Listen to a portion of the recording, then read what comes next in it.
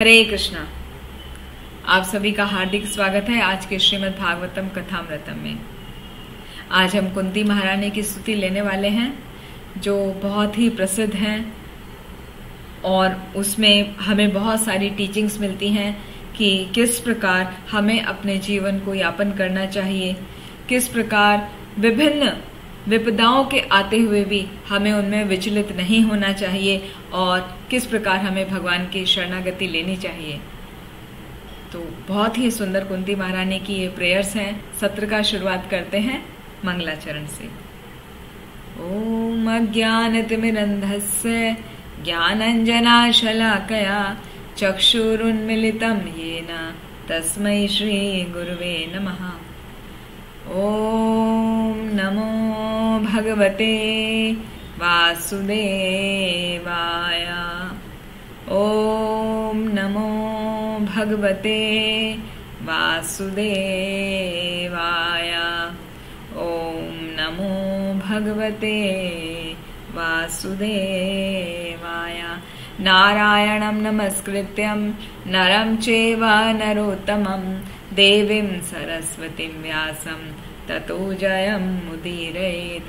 नष्टप्रायेष्व भद्रेषु नित्यं भागवत सेवया भगवती उत्तमा श्लोके भक्तिर्भवती नैष्टिकीः। हरे कृष्णा। एक बार फिर आप सभी का हार्दिक स्वागत है। तो आज हम जानने वाले हैं कुंती स्तुति के बारे में। तो पहले जानेंगे ये कुंती महारानी हैं कौन। सोम वंश में राजा देवमीढ़ के पुत्र हुए महाराज शूरसेन, और शूरसेन की 5 पुत्रियां थीं, जिनमें से सबसे छोटी पुत्री थी प्रथा।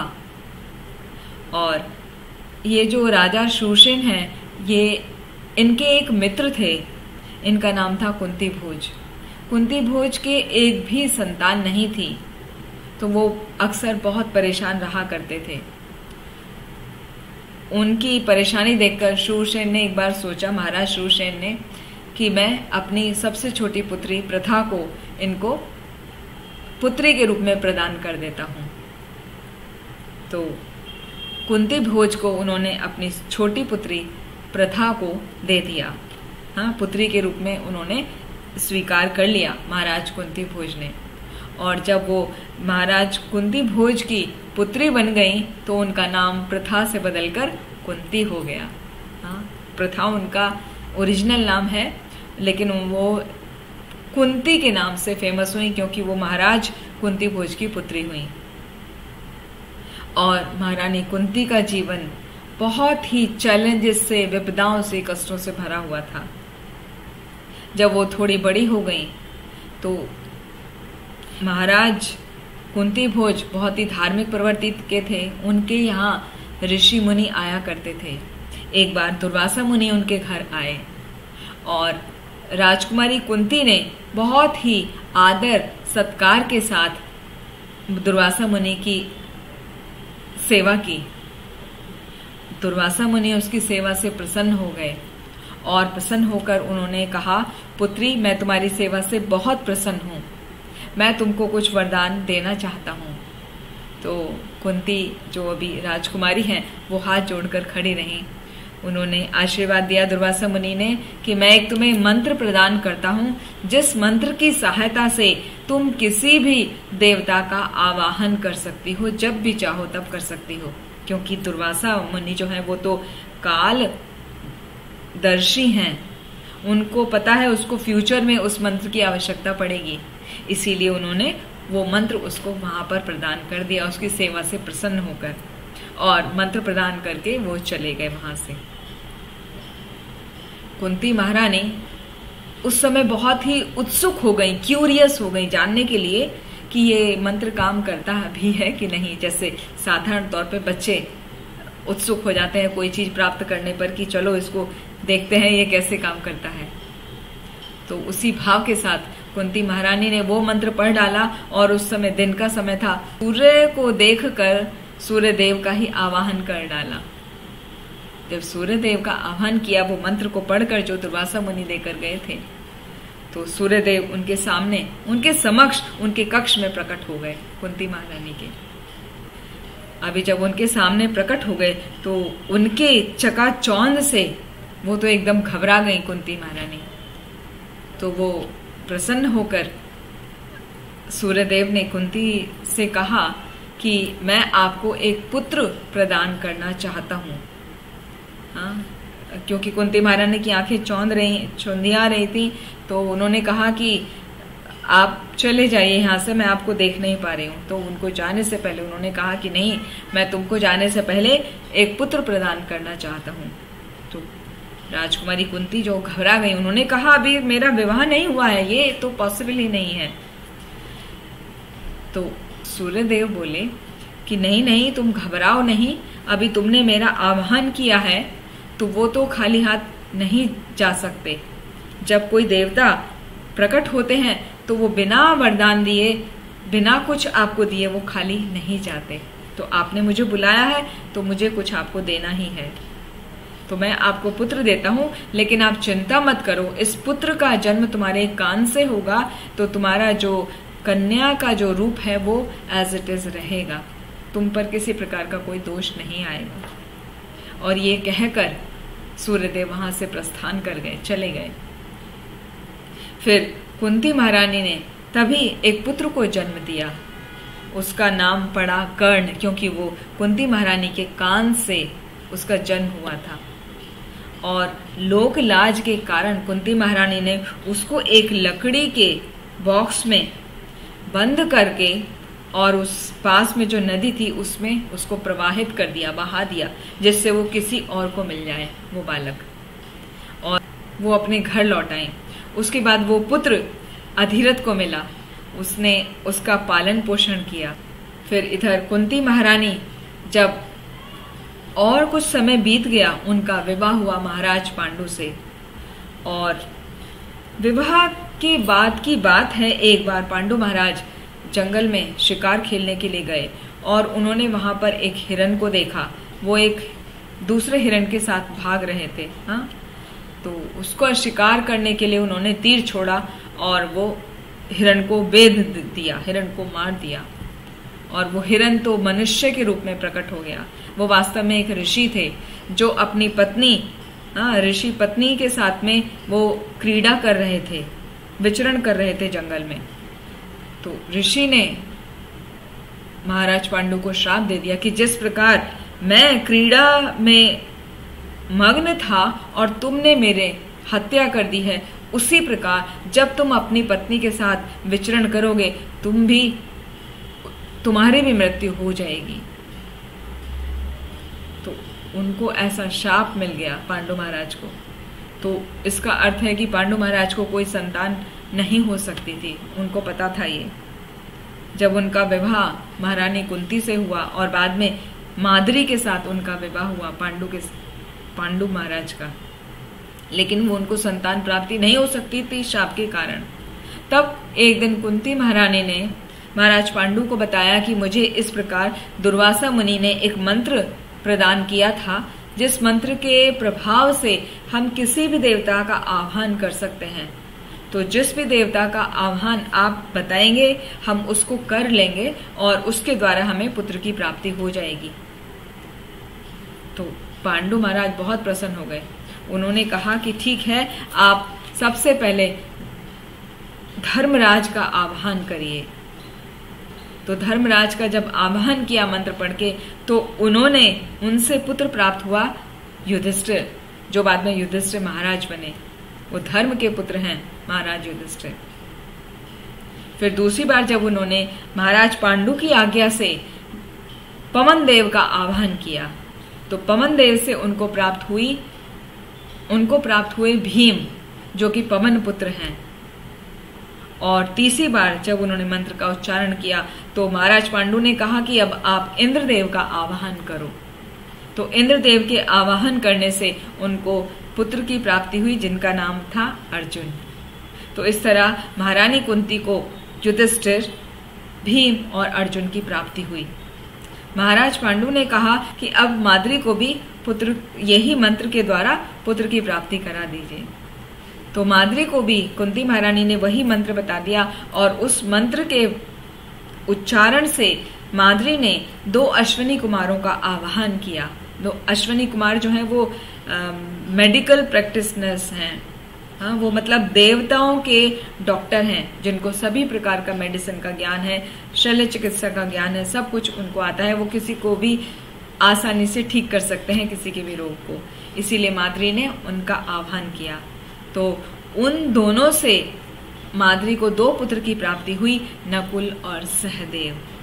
तो इस प्रकार कुल मिलाकर महाराज पांडु के 5 पुत्र हो गए, युधिष्ठिर, भीम, अर्जुन, नकुल और सहदेव।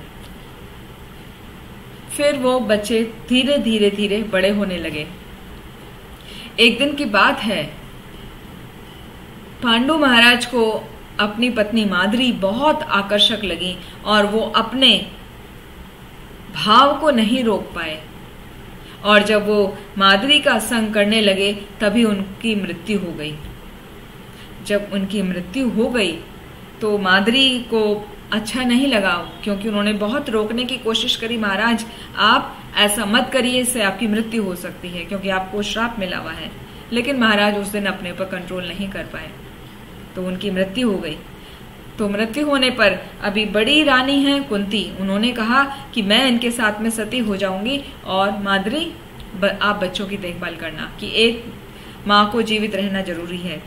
तो माद्री ने कहा नहीं नहीं, मेरी वजह से महाराज पांडु की मृत्यु हुई है, तो मैं सती होंगी उनके साथ में, और आप बहुत ही शुद्ध हैं, आपका भाव बहुत अच्छा है, आप 5 पुत्रों को समान भाव से बड़ा कर सकती हैं, शायद मैं नहीं कर पाऊंगी।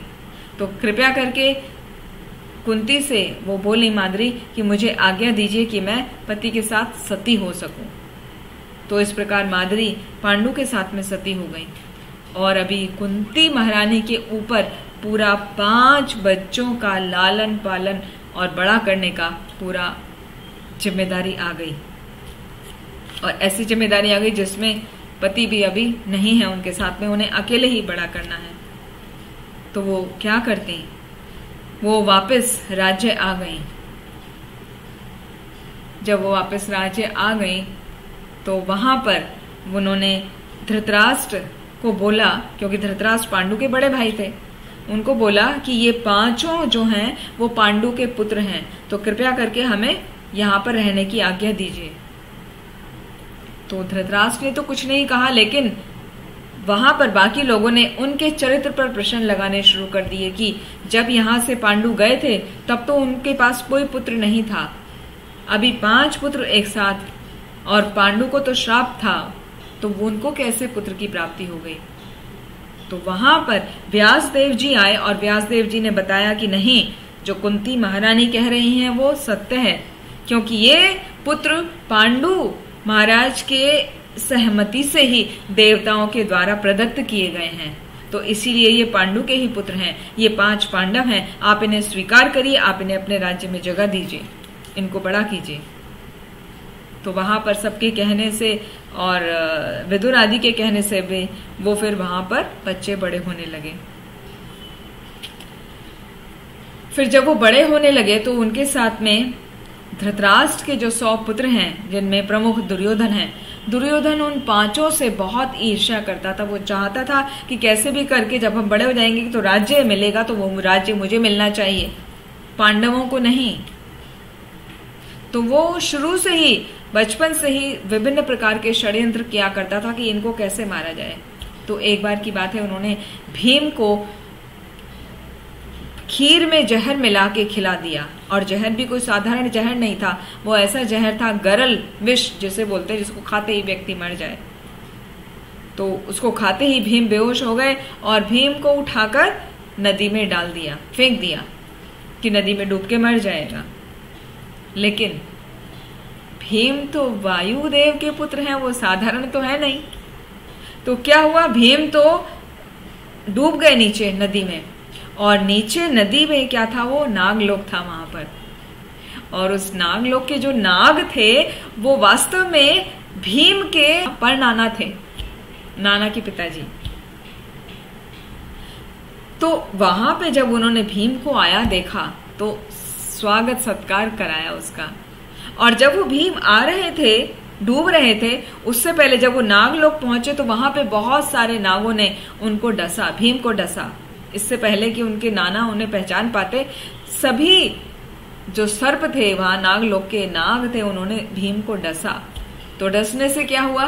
पॉइजन से पॉइजन निकल गया। हाँ, सांप डसता है तो अपना पॉइजन छोड़ता है। उनके शरीर में तो, भीम के शरीर में पहले से पॉइजन था, तो वो पॉइजन मिलके नलीफाई हो गया, तो उनका विष का असर पूरा खत्म हो गया भीम को। तो इस तरह भीम जो है वो सचेत हो गए। और जब उन्होंने देखा नाना ने कि ये मेरा प्रपौत्र आया है, तो उसका सब प्रकार से स्वागत किया जाना चाहिए। तो सबको बोला इसका स्वागत करिए। तो उनको बहुत सारे विभिन्न प्रकार के ज्वेलरीज और सुंदर वस्त्र प्रदान किए गए भीम को। और साथ में एज ए गिफ्ट 10,000 हाथियों का बल उनको दिया गया। हाँ, मतलब उनके शरीर में 10,000 हाथियों का बल आ गया। वहां पर उनको गिफ्ट किया उनके नाना ने। और 10,000 हाथियों का बल आने के बाद भीम जीवित होकर वापस ऊपर आ गए। तो उनको, भीम को वापस जीवित देखकर उसे तो बहुत खराब लगा दुर्योधन को कि मैंने तो उसको मारना चाहा, ये तो और ज्यादा शक्तिशाली होकर आ गया। तो भी उसके मन की ईर्ष्या खत्म नहीं हुई। उसने सोचा कि कैसे भी करके सभी को मुझे मारना है, जिससे बाद में बड़े होने पर राज्य मुझे मिले पूरा। क्योंकि पांडु राजा थे तो उस हिसाब से पांडु के पुत्रों को, पांडवों को राज्य मिलना था। लेकिन दुर्योधन को राज्य लेने की बहुत इच्छा थी, तो वो हमेशा षड्यंत्र करता रहता था। तो एक बार उसने लाक्षय ग्रह बनाया बहुत, जिसमें जरा सा भी अग्नि यदि लग जाए, हाँ, तो पूरा वो भस्म हो सकता था। ऐसा लाक्षय ग्रह बनाया। और वहां पे उन दिनों तो लाइट होती नहीं थी, इलेक्ट्रिसिटी नहीं होती थी, तो दिए में जो एक कॉर्नर में वो आला बनाते हैं उसमें दिया रखा जाता था। तो भीम को जो खुशबू होती है, दीवारों से खुशबू आने से पता चल गया था कि ये दीवारों में बहुत सारा ज्वलनशील पदार्थ और घी मिला हुआ है। तो उनको अंदाजा हो गया था कि ये जो घर है ये सेफ नहीं है, ये कभी भी आग पकड़ लेगा। तो एक बार विदुर उनसे मिलने आए थे और उन्होंने बातों बातों में उनको हिंट दिया था पांडवों को कि जब कभी कहीं आग लगती है ना, तो सर्प तो वहां जलकर मर जाते हैं, लेकिन चूहे क्या होते हैं, चूहे बिल खोद के अंदर अंदर दूसरी तरफ निकल जाते हैं, तो इस प्रकार अग्नि से बच जाते हैं। तो इस प्रकार उनको हिंट मिल गया। तो उस बात को उन्होंने, युधिष्ठिर महाराज ने एकदम कैच कर लिया। और भीम ने तो बताया था कि ये ज्वलनशील है पूरा घर, तो उन्होंने क्या किया, उसी दिन से उस घर के नीचे, लाक्षय ग्रह के नीचे लंबी सुरंग बनानी शुरू कर दी।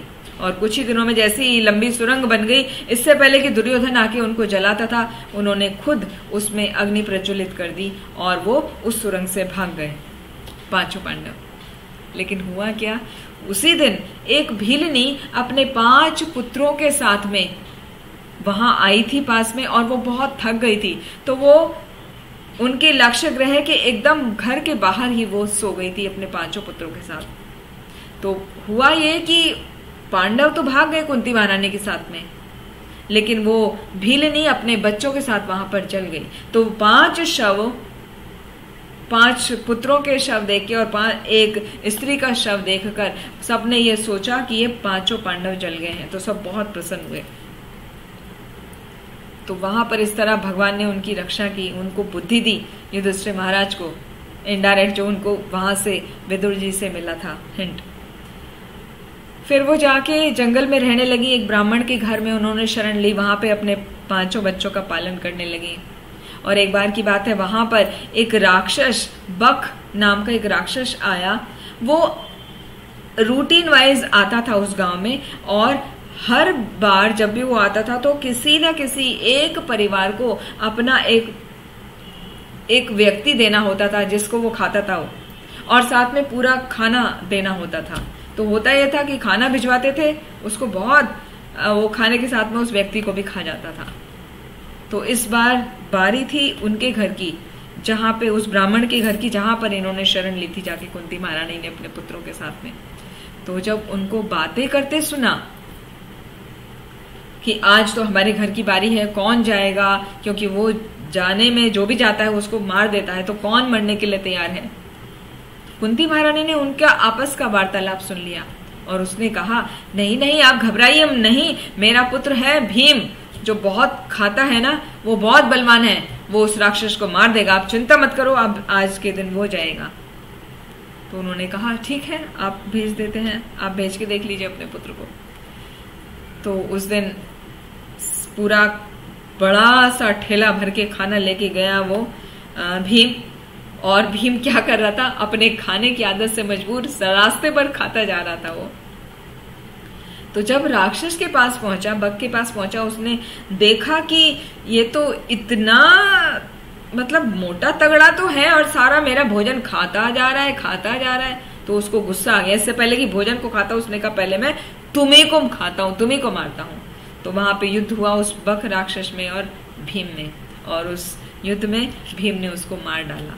तो इस प्रकार उस परिवार की भीम ने रक्षा की और वो फिर इस प्रकार से बहुत समय तक रहने लगे। फिर एक बार द्रौपदी से विवाह हुआ उनका और फिर वो वहां पे खांडवप्रस्थ उनको मिला। खांडवप्रस्थ को जो उन्होंने इंद्रप्रस्थ के रूप में बसाया, बहुत सुंदर बसाया। और फिर दुर्योधन को जब पता चला तो उन्होंने क्या किया, दुर्योधन ने उनको वनवास रहने की कंडीशन लगा दी कि आपको यदि 13 वर्ष आप वनवास में रहो और आओगे तो आपको राज्य मिल सकता है अपना, वो कंडीशन लगाई। तो उसके लिए फिर वो वापस से वो वनवास में वन में रहने लगे। लेकिन जब अंतिम वर्ष था तो वहां पे वो रिकॉग्नाइज कर लिए गए लास्ट डे में, लास्ट मोमेंट पे। तो हालांकि उनकी वो अवधि पूरी हो चुकी थी, लेकिन दुर्योधन तो ईर्ष्या भाव था उसके अंदर, तो उसने उनको स्वीकार नहीं किया और उसने युद्ध के लिए उनको ललकारा कि अब तो युद्ध होकर ही रहेगा। और युद्ध जब समाप्त हो गया, युद्ध में सभी मारे गए, तो अश्वत्थामा ने एक ब्रह्मास्त्र छोड़ा जिससे पांडवों का जो प्रपौत्र है, जो अर्जुन का पुत्र अभिमन्यु और अभिमन्यु का पुत्र परीक्षित, जो उत्तरा के गर्भ में अभी है, तो उत्तरा के गर्भ को नष्ट करने के लिए अश्वत्थामा ने एक ब्रह्मास्त्र छोड़ दिया। और उसकी रक्षा करने के लिए फिर उत्तरा भागी दौड़ी भगवान कृष्ण के पास आई और पाही पाही महाबाहु देव देव जगतपते ऐसे करके प्रार्थना किया। तो भगवान ने स्वयं उत्तरा के गर्भ में प्रवेश किया, क्योंकि अभी उतना समय नहीं बचा था कि कुछ और एक्शन लिया जाता। तो स्वयं उत्तरा के गर्भ में प्रवेश करके अंगुष्ठ के समान और उसके गर्भ को चारों ओर से प्रोटेक्ट किया, जिससे ब्रह्मास्त्र से उसको रक्षा किया जा सके।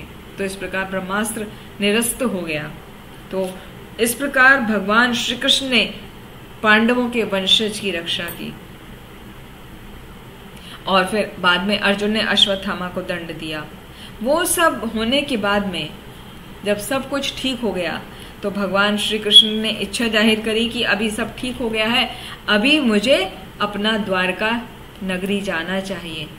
तो जब वो द्वारका नगरी जाने की उन्होंने इच्छा की तो वहां पर कुंती महारानी बहुत ही उद्यत हो गई, बहुत व्याकुल हो गई और वो व्याकुल होकर भगवान श्री कृष्ण से प्रार्थना करने लगी कि हे कृष्ण आप मत जाइए।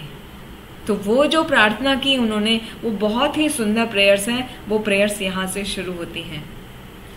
ध्यानपूर्वक आप सभी सुनिए।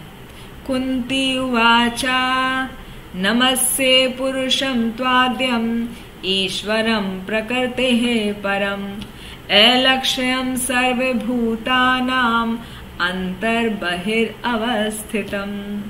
कुंती महारानी कहने लगी कि हे कृष्ण भगवान, मैं आपको नमस्कार करती हूँ। नमस्ते पुरुषम त्वाद्यम ईश्वरम प्रकृतेः परम।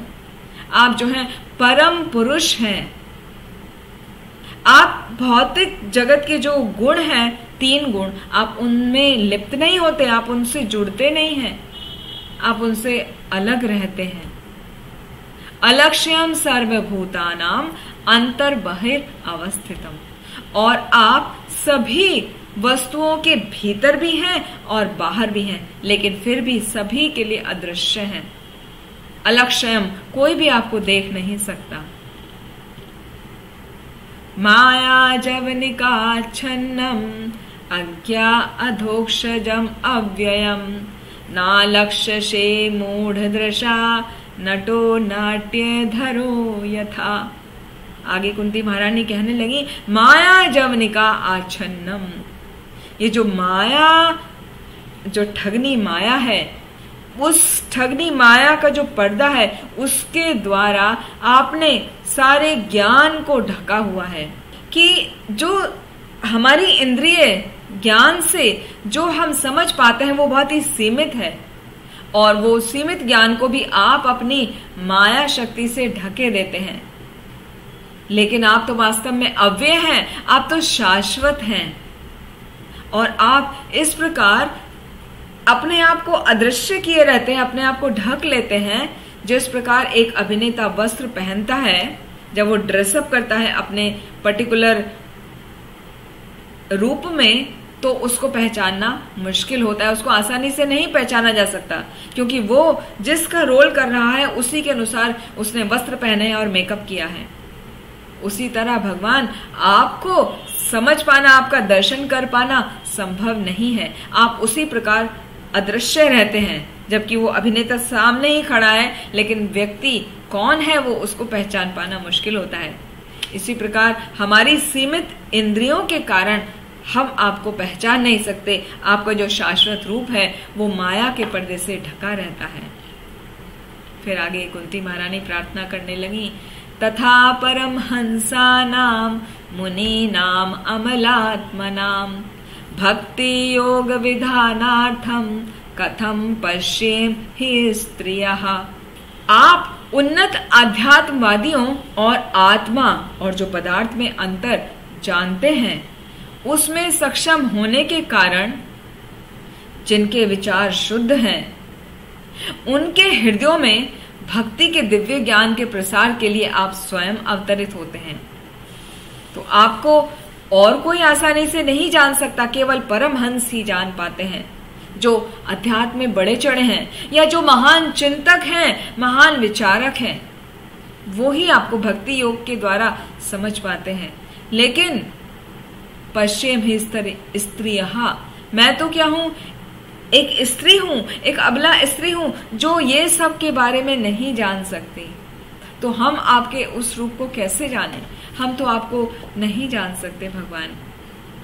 फिर आगे कुंती महारानी प्रार्थना करने लगी, कृष्णाय वासुदेवाय देवकी नंदनाय च नंद गोप कुमाराय गोविंदाय नमो नमः।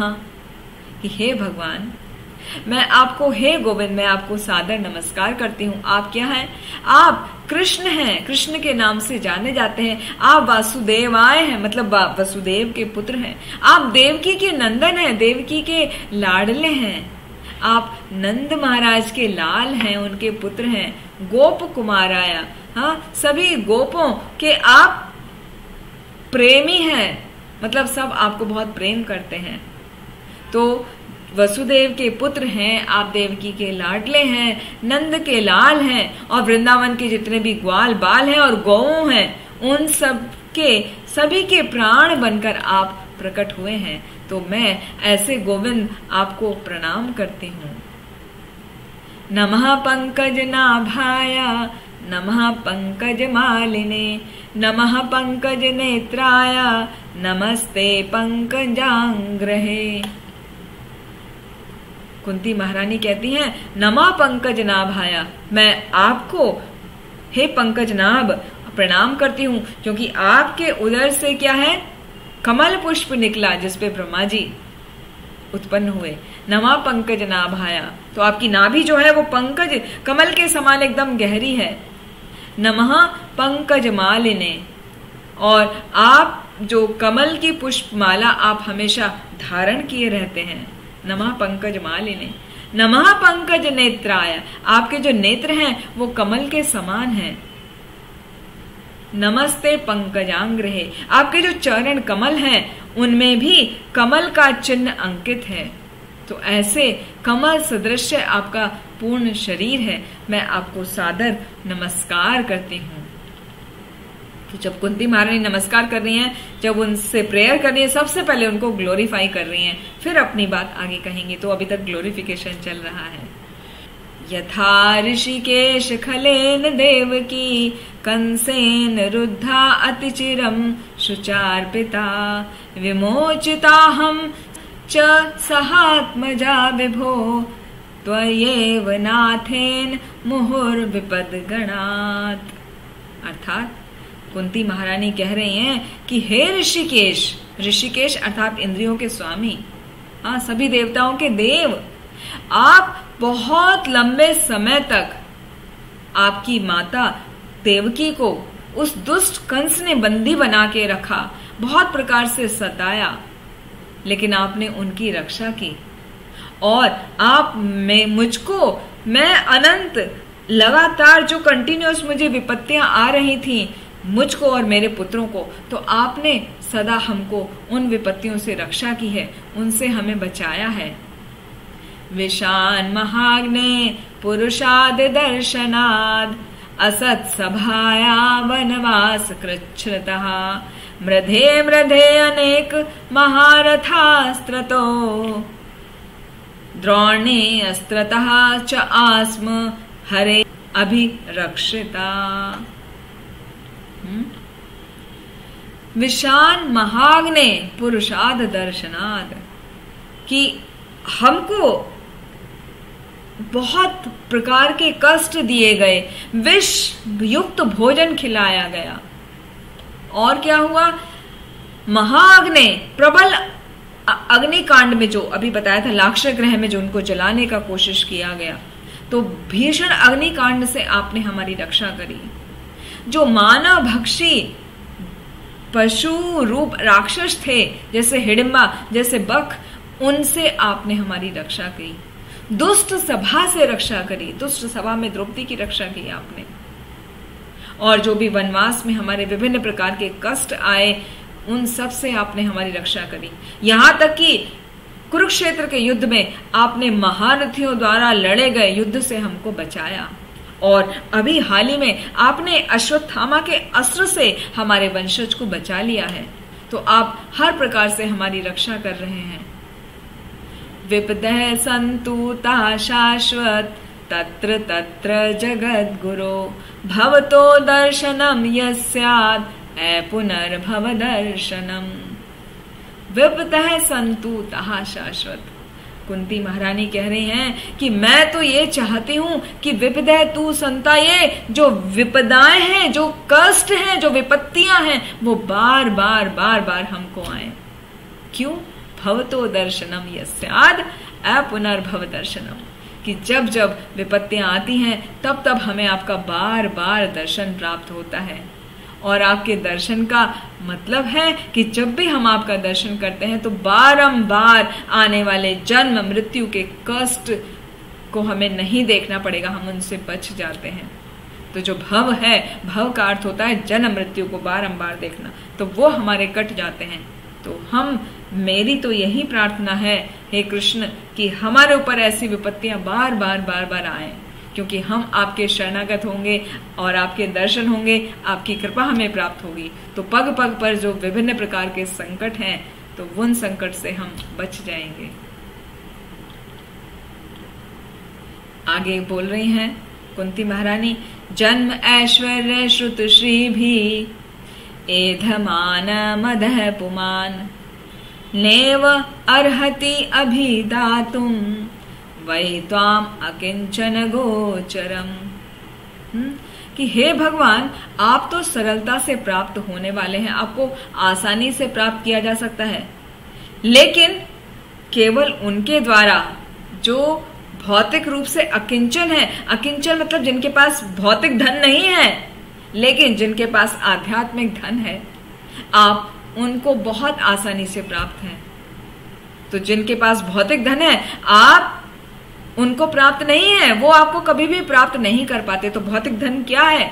जन्म, ऐश्वर्य, श्रुत, श्री भी और एधमान मदह पुमान।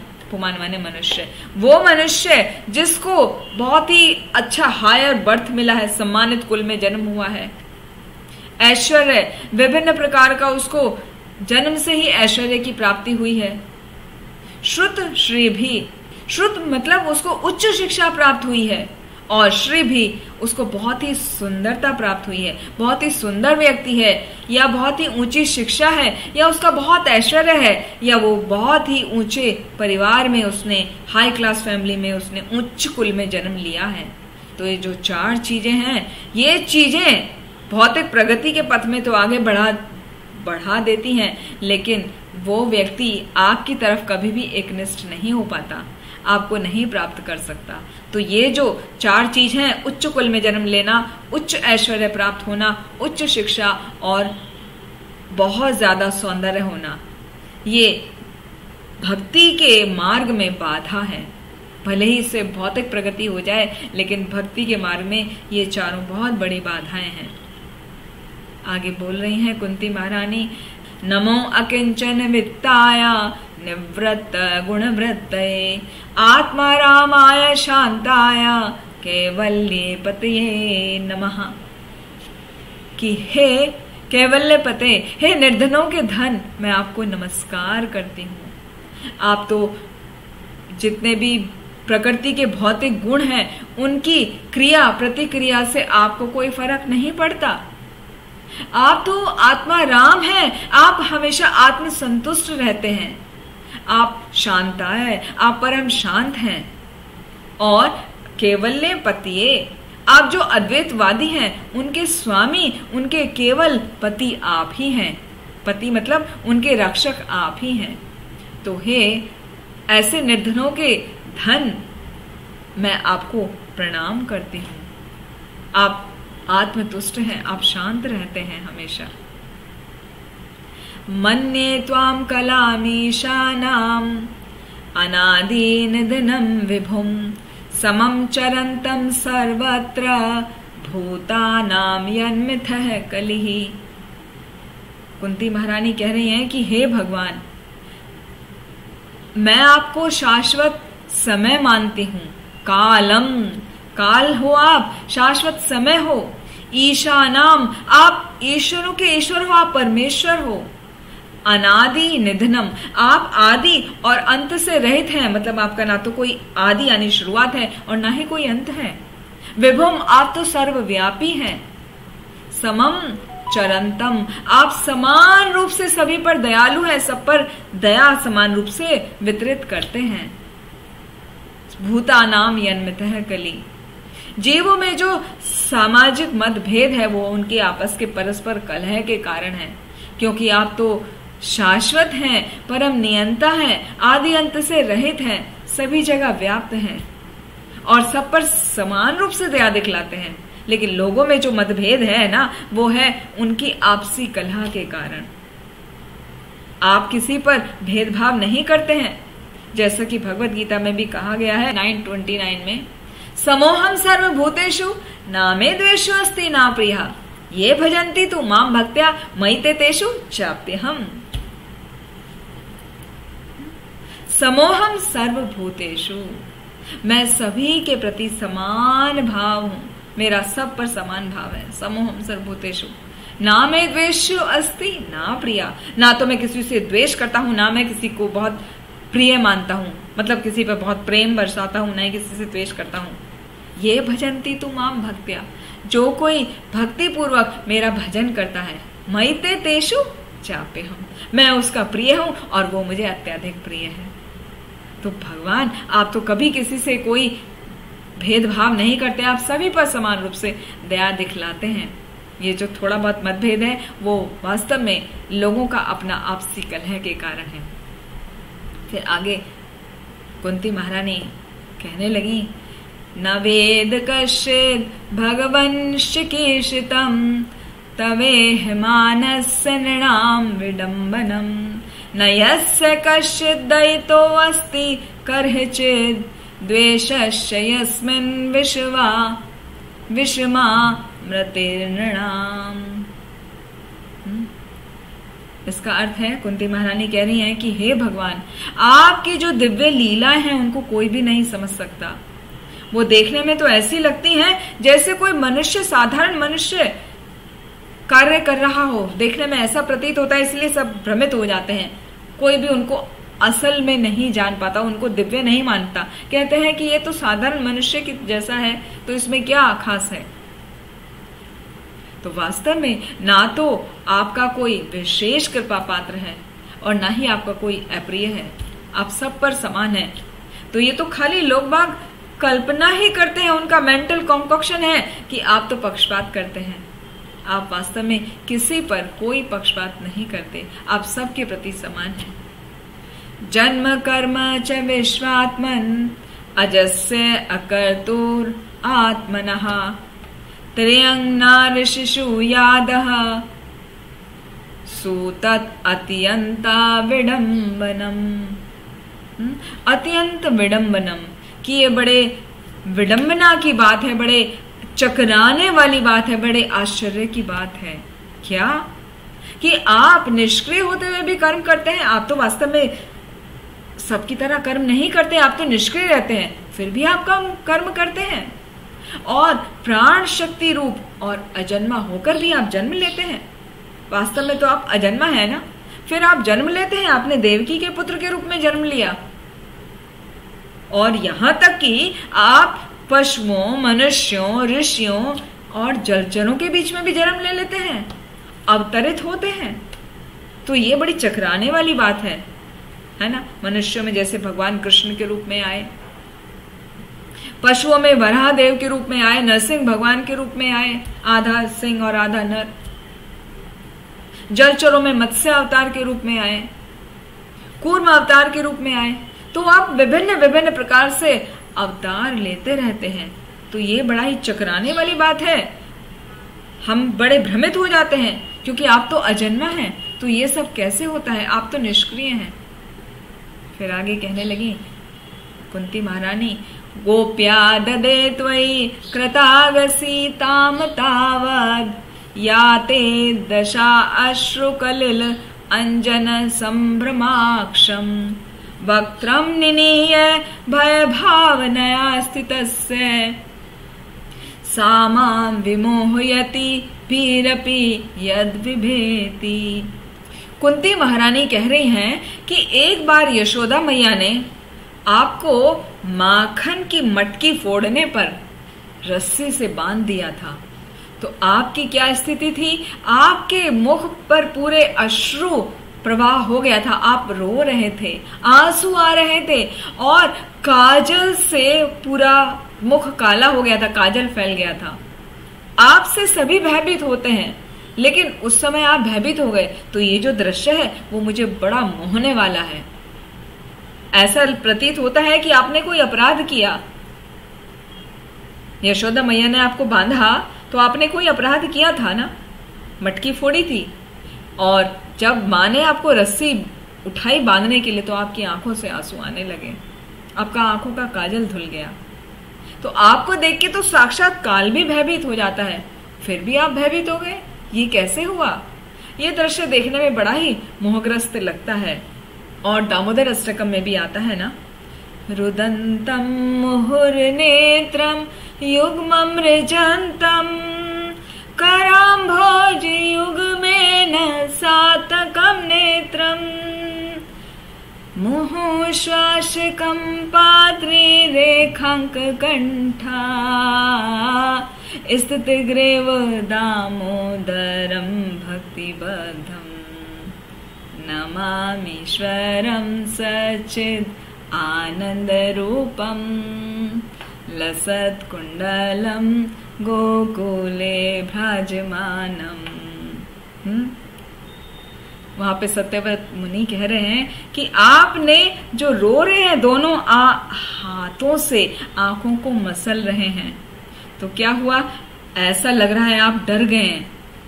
माँ के रस्सी को देखकर और जो माँ ने छड़ी पकड़ी है उसको देखकर आप डर गए हैं और आप रो रहे हैं, आप आंखों को मसल रहे हैं, आपका सारा काजल धुल गया, काजल फैल गया, गालों पे पूरा फैल गया है। तो आपका वो जो सुंदर रूप है वो थोड़ा सा और सुंदर हो गया है, क्योंकि भगवान का तो हर रूप ही सुंदर है। और आप जो वो रो रहे हैं तो ऐसा लग रहा है आप डर गए, जबकि काल तो आपसे भी डर के भाग जाता है, तो आप कैसे भयभीत हो सकते हैं। और आपकी जो ग्रीवा में जो 3 रेखाएं हैं वो कैसे वलय की भांति ऊपर नीचे हो रही हैं। तो आपके ऐसे रूप को देखकर मेरा मन सचमुच मोहग्रस्त हो गया है। मुझे बहुत ही अचंभा हो गया है कि ये भगवान आप किस प्रकार की लीलाएं करते हैं। आगे कुंती महारानी कह रही हैं, केचिद आहुरजम जातम पुण्य श्लोकस्य कीर्तये यदो प्रियस्य अन्ववाये मलयस्येव चंदनम। कुछ तो कहते हैं कि पुण्यात्माओं की कीर्ति करने के लिए आपने जन्म लिया, और कुछ कहते हैं कि राजा यदु के लिए आप जन्मे हैं। तो आप उसके कुल में उसी प्रकार, यदु कुल में उसी प्रकार प्रकट हुए हैं जिस प्रकार मलय पर्वत में चंदन होता है। तो मलय पर्वत चंदन के लिए फेमस है, तो आपके प्रकट होने से यदु कुल बहुत फेमस हो गया है, उसका बहुत गौरव हो गया है, उसकी बहुत मान्यता हो गई है। तो आप इस प्रकार हैं जिस प्रकार मलय पर्वत में चंदन। अपरे वसुदेवस्य देवक्याम याचितो अभ्यगात अजस्तमस्य क्षेमाया वधाय च सुरद्विषाम। सुरद्विषाम मतलब देवताओं से जो ईर्ष्या करते हैं उनको मारने के लिए, उन असुरों को मारने के लिए आपने जन्म लिया। लोग तो कहते हैं कि वसुदेव और देवकी ने आपके लिए बहुत प्रार्थनाएं की, तब आप उनके पुत्र के रूप में जन्मे हैं। पूर्व जन्म में वसुदेव और देवकी प्रश्नी और सुतपा थे, तो वहां पर उन्होंने घोर तपस्या की थी, और यहाँ पर वसुदेव और देवकी के रूप में उन्होंने अनेकानेक प्रार्थनाएं की, तब आपने उनके घर में पुत्र के रूप में जन्म लिया है। वास्तव में आप तो अजन्मा हैं। आप सभी देवताओं को कल्याण करने के लिए, और जो उन देवताओं से ईर्ष्या करता है, असुर जो है, राक्षस जो है, उनको मारने के लिए आप जन्म स्वीकार करते हैं। भार अवतारणान्ये भुवै नाव इवाउदधौ सीदन्त्या भूरि भारेणा जातो ह्यात्मा भुवार्थितः। अर्थात कुछ लोग कहते हैं कि जब ये संसार भार से बोझिल हुई समुद्री नाव की तरह अत्यंत पीड़ित हो उठा, तो आपके पुत्र ब्रह्मा ने प्रार्थना की कि हे भगवान, आप कष्टों का नाश करने के लिए अवतरित हो जाइए, तब आप प्रकट हुए। तो ये जो भार है इस संसार का, उसको खत्म करने के लिए आप प्रकट हुए हैं, और आपके चरण कमल की जो भी शरण ले लेता है वो उस नाव के समान है जो एक भव सागर को पार कर देती है आसानी से। यानी आपके चरण कमलों की कोई शरण ले लेता है तो वो सरलता से मुक्ति लाभ उसको मिल जाता है। जैसे कि एक छोटा बच्चा भी गोखुर मतलब गाय के खुर में यदि पानी भरा हो, उतना छोटा सा स्पेस को लांघ जाता है, उसी तरह जो व्यक्ति आपके चरणों की शरण ले लेता है वो सभी दुखों को आसानी से, भव रोग को आसानी से पार कर जाता है। भवे अस्मिन् क्लिश्यमानानाम् अविद्या काम कर्म भी श्रवण स्मरण अर्हाणि करिष्यन् इति केचन। तो श्रवण स्मरण अर्हणि मतलब पूजन करना। श्रवण करना सुनने से, श्रवण करने से, याद करने से और पूजन करने से क्या होता है, आप जो भक्ति है उसको जागृत कर देते हैं। जो कोई आपके श्रवण करता है, आपकी भक्ति करता है, आपका पूजन करता है, आपको याद करता है, आप उसके हृदय में भक्ति को जागृत कर देते हैं। जिससे क्या होता है, भौतिक कष्टों को भोगने वाले बद्ध जीव आसानी से उसका भक्ति का लाभ उठाकर मुक्ति को प्राप्त कर सकें। आगे कुंती महारानी बहुत ही सुंदर प्रेयर्स गा रही हैं। शृण्वन्ति गायन्ति गृह्णन्ति अभीक्षणशः स्मरन्ति नन्दन्ति तवे हितं जनः त एव पश्यन्त्यचिरेण तावकं भव प्रवाहो परमं पदाम्बुजम। शृण्वन्ति, जो आपके नाम का कीर्तन सुनते हैं, गायन्ति, गाते हैं, गृह्णन्ति, उसको ग्रहण करते हैं, आपके नामों को, आपके नाम के कीर्तनों को, आपकी लीला का श्रवण करते हैं, कीर्तन करते हैं और जो उनको एब्जॉर्ब करते हैं। अभीक्षण से, निरंतर, स्मरन्ति, आपको स्मरण करते हैं। वो क्या करते हैं, नंदन्ति, वो बहुत ही प्रसन्न होते हैं।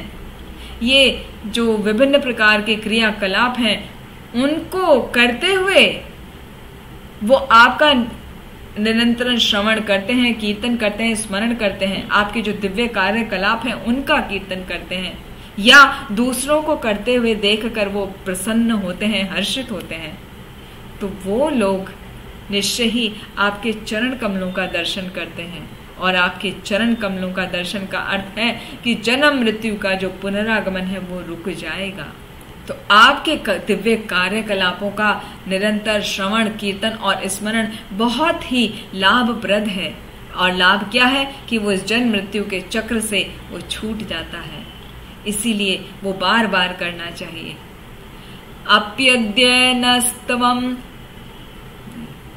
अप्यद्यनस्त्वं स्वकृते हित प्रभो जिहाससि स्वित सुहृदो अनुजीविनः येषां न चान्यत् भवतः पदाम्बुजात् परायणं राजसु योजित अहंसाम्। कुंती महारानी आगे कह रही हैं कि हे मेरे प्रभु, आपने अपने सभी कर्तव्यों तो पूरे कर दिए हैं, सभी कर्तव्यों को आपने पूरा कर दिया है और आज हम आपकी कृपा पर पूरी तरह आश्रित हैं। लेकिन अभी हमारा और कोई रक्षक नहीं है और सारे राजा हमसे शत्रुता किए हुए हैं। तो क्या आप ऐसे में छोड़कर हमें चले जाएंगे? जो आप जाने की बात कर रहे हैं कि मुझे अभी द्वारका जाना है। तो देखिए कुंती महारानी ने कितने सुंदर तरीके से बात कही है अपनी। पहले उनको ग्लोरीफाई किया कि मैं भगवान आपको प्रणाम करती हूँ, आप अजन्मा हैं, अनंत हैं, सर्वव्यापी हैं, आपने विभिन्न प्रकार से हमारी रक्षा की। तब अपनी बात कही। तो इससे अर्थ ये निकलता है कि जब भी हमें किसी को कुछ रिक्वेस्ट करनी होती है तो पहले उसका ग्लोरिफिकेशन किया जाता है, तब अपनी बात कहें तो उस बात में फिर वेट होता है, वजन होता है, आपकी बात मानी जा सकती है। तो हमें ये शास्त्रों से ही ट्रिक्स मिलती हैं, शास्त्रों से ही पता चलता है कि हमें किस प्रकार व्यवहार किया जाना चाहिए। तो कुंती महारानी ये कह रही हैं इतना सारी प्रेयर्स करने के बाद कि हे भगवान, आपने तो अपने सब कर्तव्य पूरे कर दिए और आज जब हम पूरी तरह आपकी कृपा पर ही तो आश्रित हैं और हमारा कोई रक्षक भी नहीं है। सारे ये जितने भी राजा हैं सब हमसे शत्रुता किए हुए हैं। तो क्या आप हमें ऐसे में छोड़ के चले जाएंगे? अपना कोई और कर्तव्य नहीं निभाएंगे? फिर आगे कहने लगी कुंती महारानी, केवयं नाम रूपाभ्याम यदुभी सह पांडवः भवतो अदर्शनम यर्हि ऋषिकाणाम इवेशितुः। कि जिस तरह आत्मा जब शरीर से निकल जाती है तो उस शरीर का नाम और यश खत्म हो जाता है, उसका कोई अर्थ नहीं रह जाता। उसी प्रकार यदि हमारे ऊपर आप अपनी कृपा दृष्टि नहीं करेंगे तो ये पांडव और ये जो यदुओं का हमारा जो वंश है, हमारा यश है, कीर्ति है, इतनी गतिविधियां जो हमारी हुई हैं, उन सब का कोई अर्थ नहीं रह जाएगा, वो सब नष्ट हो जाएंगे। तो हे भगवान, आप हमें छोड़कर मत जाइए, क्योंकि हमारा जो कुछ है वो आपकी कृपा दृष्टि के ही कारण है। आपके जाते ही सब कुछ समाप्त हो जाएगा, इसलिए कृपया करके आप मत जाइए। नेयं शोभिष्यते तत्र यथेदानीं गदाधरा त्वत्पदेर अंकिता भाति स्वलक्षणा विलक्षित है। कि हे गदाधर, आप गदा को धारण करने वाले भगवान कृष्ण, इस समय हमारे राज्य में आप जो चलते हैं तो आपके चरण कमलों की जो निशान है, जो छाप है, वो पड़ जाती है। आपके चरण चिन्हों की छाप हमारे पूरे राज्य में पड़ी हुई है और उसके कारण ऐसा लगता है कि सब कुछ पर्याप्त मात्रा में है। लेकिन यदि आप चले जाएंगे तो क्या होगा? कुछ भी नहीं रहेगा, सब कुछ समाप्त हो जाएगा। इमे जनपदा श्रद्धा सुपक्व औषधि विरुधः वन अद्रि नद्य उदन्वन्तो ये दन्ते तव वीक्षिते है। ए धन्ते तव वीक्षित है। ये सब आपकी कृपा दृष्टि के ही कारण है। आपकी कृपा दृष्टि के कारण ये सब फल फूल रहे हैं। सारे वृक्ष फलों से लदे हैं, नदियां जल से भरी हैं, जड़ी बूटियां एम्पल अमाउंट में हैं, अन्न प्रचुर मात्रा में है और पर्वत खनिजों से भरे हुए हैं, समुद्र विभिन्न प्रकार के रत्नों से भरे हुए हैं। ये मात्र आपकी और आपकी कृपा के ही कारण है। अथ विश्वेश विश्वात्मन विश्वमूर्ते स्वकेशु में स्नेह पाशमिमं छिन्दी दृढ़ं पाण्डुषु वृष्णिषु। छिन्दी, काट दो। क्या काट दो? मेरे स्नेह के बंधन काट दो। हे कृष्ण, अथ विश्वेशु, आप पूरे इस ब्रह्मांड के स्वामी हैं। विश्वात्मन, आप इस ब्रह्मांड के आत्मा हैं। विश्वमूर्ते, आप विश्व रूप हैं। और मेरी क्या है? मेरा जो स्नेह का बंधन है, जो स्नेह पाश है, वो मेरे स्वकेशु, मेरे स्वजनों में है। तो आप उसको छिंदी काट डालो। और वो स्नेह बंधन किसमें है? पांडुषु, पांडवों के लिए है, और वृष्णिषु, वृष्णियों के लिए है। वृष्णि मतलब यदुवंश, जो यदुवंशी हैं उनके प्रति जो मेरा संबंध है, उस संबंध को काट डालो। स्नेह, जो स्नेह का बंधन है, वो तो वास्तव में जीवन का लक्षण है। इसको नष्ट आसानी से किया नहीं जा सकता। लेकिन जब कोई उद्देश्य को अपना बदल देता है, अपना उद्देश्य भगवान की इच्छा में, भगवान की सेवा में लगा देता है अपने जीवन को, तो उसका ये जो भौतिक स्नेह है वो कट सकता है। जब सारा ध्यान भगवान की दिव्या प्रेमा भक्ति की ओर लगा रहता है तो ये बंधन काटा जा सकता है। तो यहाँ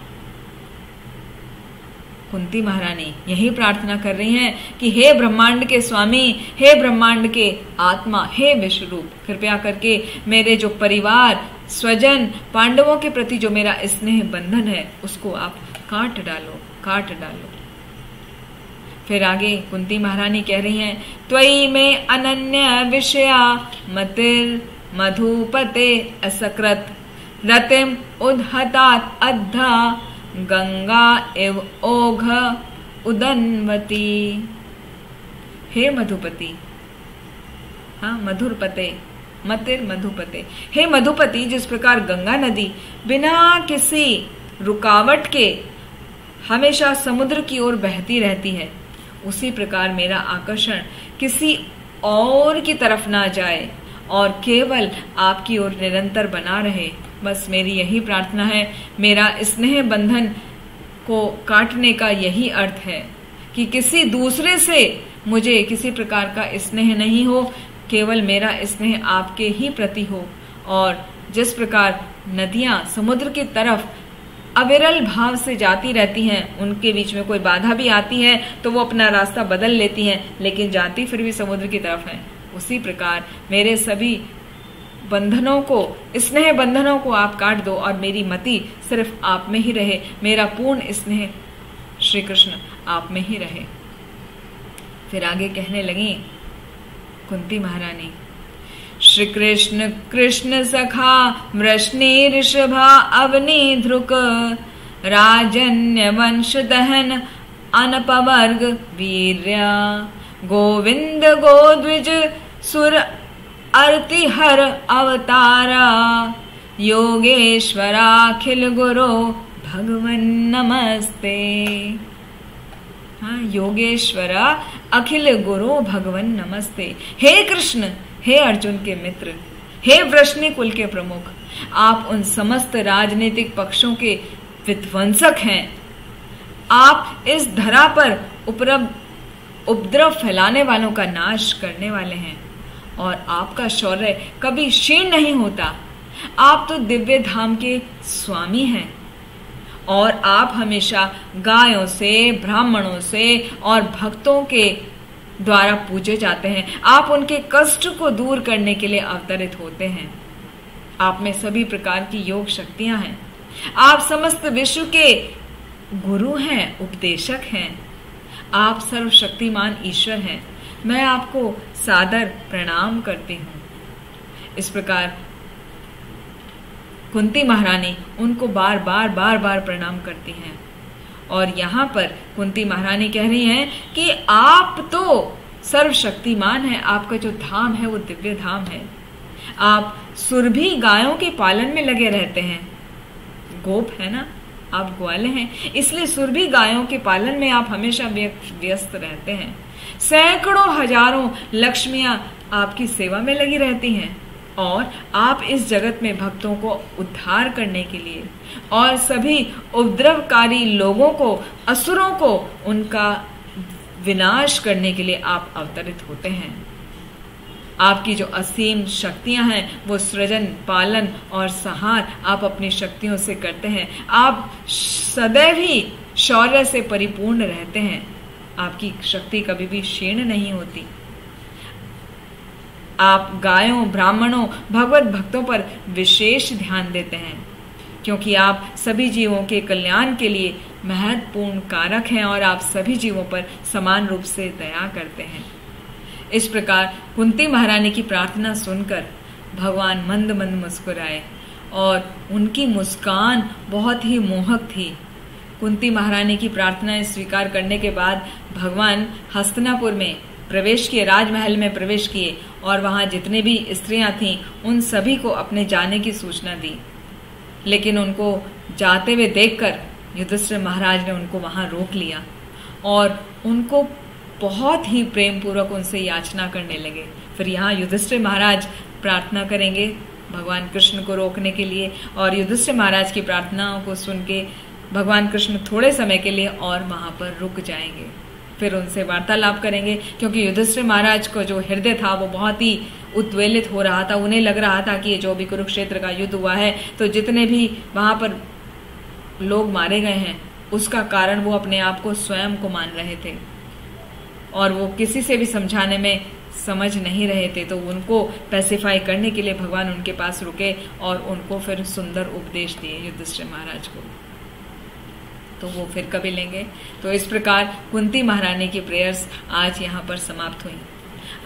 देखते हैं कि कुंती महारानी की प्रेयर्स स्तुति में ऐसा क्या है जो इसको बहुत ही पावनकारी माना जाता है और उसको हमें सीखने के लिए, हमारे लाइफ के लिए लेसन्स हैं। तो कुंती महारानी ने सबसे इम्पोर्टेंट जो हमें बताया वो बताया कि हमें भगवान से कभी भी ये प्रार्थना नहीं करनी चाहिए कि भगवान हमें किसी प्रकार को कोई कष्ट ना आए। कुंती महारानी तो कहती हैं कि मुझ पर वो बार बार विपदाएं आए, क्योंकि बार बार कष्ट आएंगे, विपदाएं आएंगी तो हम आपका स्मरण करेंगे, आपके नामों का जप करेंगे और जब हम आपको स्मरण करेंगे, आपका गायन करेंगे, आपके बारे में स्मरण करेंगे तो आप स्वयं प्रकट होंगे, आप कृपा करेंगे और आपकी कृपा का अर्थ है सब भव रोगों से मुक्ति होना, मतलब हमारे कष्टों का निवारण होना।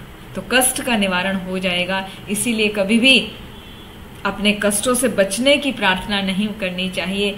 हमेशा यही प्रार्थना करनी चाहिए कि भगवान हमें भले ही कितने भी कष्ट आए, बस हम पर आपकी कृपा दृष्टि यूं ही बनाए रखना। हम सदा आपके नाम जप, आपके लीला कथाओं का श्रवण करते रहें, उनका मनन करते रहें, स्मरण करते रहें, गाते रहें और सुनते रहें। वही एकमात्र तरीका है इस भवबंधन से बाहर निकलने का। तो ये हुई पहली टीचिंग। फिर कुंती महारानी ने बताया था कि जो उच्च जन्म है, जो हमारा बहुत ऐश्वर्य है, हमारा बहुत ज्ञान है या हमारी बहुत सुंदरता है, ये चार चीजें भौतिक प्रगति में काम आती हैं लेकिन आध्यात्मिक प्रगति में ये बाधक हैं। तो कुंती महारानी कहती हैं कि इन सब से कुछ फायदा नहीं है, क्योंकि आध्यात्मिक जीवन के लिए अयोग्यताएं हैं ये चारों वस्तुएं। तो आप बस हमें अपने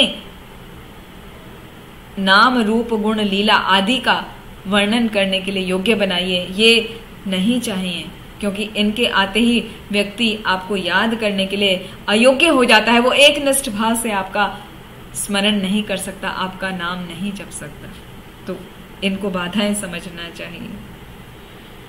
और फिर कुंती महारानी बता रही थी कि हमारा जो ये ऐश्वर्य है वो सब भगवान आपकी कृपा दृष्टि के कारण है। जो चारों तरफ